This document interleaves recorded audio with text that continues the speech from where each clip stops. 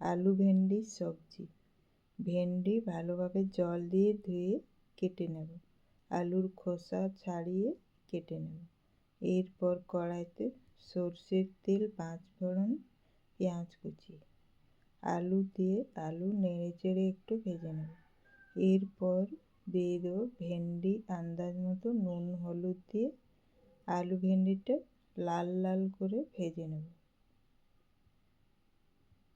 এরপর আদা, রসুন, কাঁচা লঙ্কা বাটা, টমেটো বাটা, জিরে ধনে গুঁড়ো দিয়ে সবজিটা ভালোভাবে ভেজে নেব। মশলার কাঁচা গন্ধ চলে গেলেই দিয়ে দেবো জল।